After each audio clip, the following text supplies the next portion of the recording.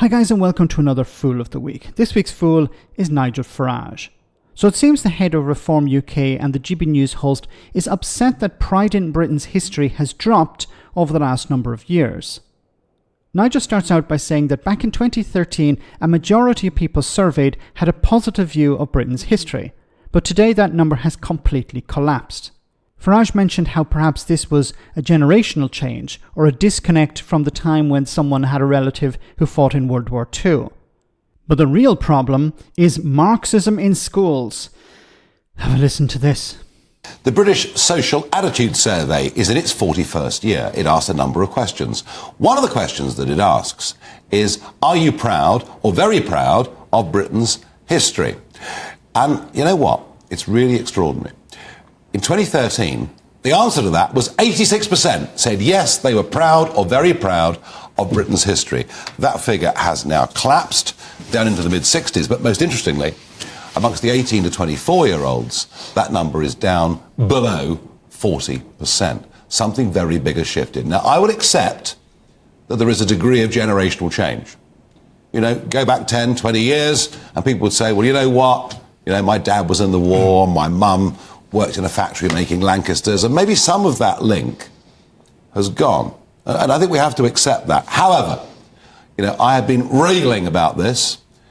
We have got an educational establishment that goes right the way through primary school, secondary school, university, that seems to somehow rejoice in talking down Britain's past. You would have thought we were the only country in the history of mankind that had ever conducted slavery, far from being the one nation, actually, that ended it and lost a lot of money and a lot of lives driving it out. You would think the British Empire was the worst empire that had existed in the history of mankind. And yet it's the only empire ever created that now has a club of former members called the Commonwealth. And I think that is what is going on. I put it to you, Lloyd Brossenwell, that actually a sort of a Marxist takeover of people who hate the country, hate what it stands for, and they've done their job. Okay. So there's a few things to mention here. As you can imagine, I have to push back on this. I can't allow Nigel to say that, you know, it's the Marxists are taking over. Look, he mentioned a number of things here. 2013. What happened around that time? There was the Olympics in 2012, and there was a massive boost in national pride. People had a massive amount of pride in Britain because of the Olympics. I have mentioned it before. I think it was a high point. Things sort of went downhill very quickly after that. But in 2013, people were still feeling proud of the nation. Now, if people are proud of the nation now, they're likely to be proud of the nation's history. Of course, they're going to look at the history and say, look, we had our ups and downs, we had our positives, we had our negatives. But if people are feeling happy now, they're likely to have a positive view of history. Of course they are. Now, the second part, of course, was where he mentioned 18 to 24-year-olds. So, are they having a positive view of the country at the moment? Well, not really. They're struggling to get on the property ladder. They're, in some cases, loaded up with massive amounts of university debt. They're struggling to get a job that pays a decent wage or has decent conditions. Many people are working in the gig economy where there's no job security. Many have no hope of getting a house or an apartment or something, getting married, starting a family. These things are beyond their dreams. So if they have a very negative, and of course they're being always told that they're lazy. So if they're always being talked down to by an older generation, and the older generation looks back at history in a positive way, how do you think young people are going to react to that? First of all, they're going to look around and say, things are pretty bad for us at the moment. Why should we have pride in Britain's history? We didn't experience a positive period.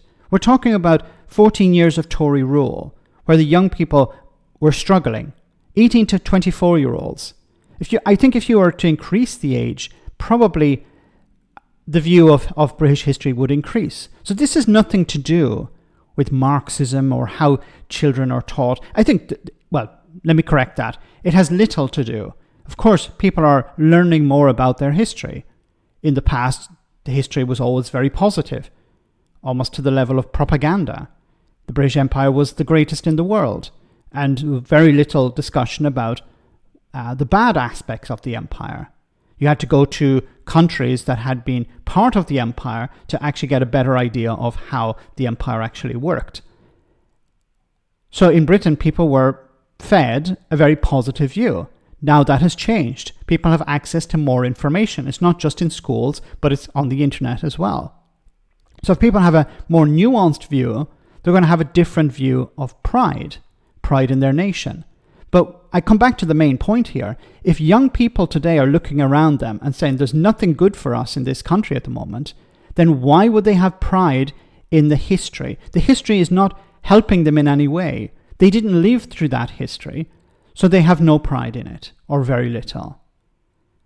Let me know in the comment section, guys, what you think, and I'll see you next time for our next Fool of the Week.